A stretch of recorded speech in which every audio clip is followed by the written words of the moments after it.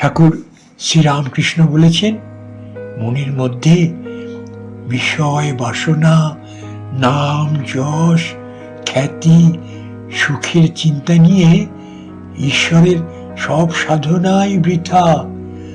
যতক্ষণ তোমার সঙ্গে বাসনা, ততক্ষণই ভাবনা, আর এই ভাবনাই হলো তোমার দুঃখ, কষ্ট, মোহ, মায়ার কারণ।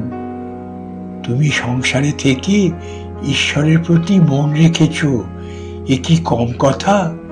যে সংসার ত্যাগী সে তো ঈশ্বরকে ডাকবেই, তাতে আর বাহাদুরি কি? সংসারে থেকে যে ডাকে সেই ধন্য। সে ব্যক্তি বিস্মন পাথর সরিয়ে তবে দেখে। প্রদীপের স্বভাব আলো দেয়া।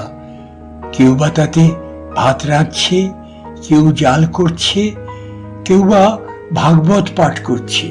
সে কি আলোর দোষ?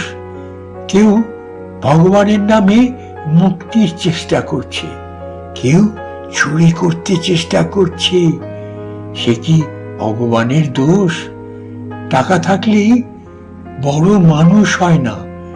বড় মানুষের বাড়ির একটি লক্ষণ যে সব ঘরে আলো থাকে।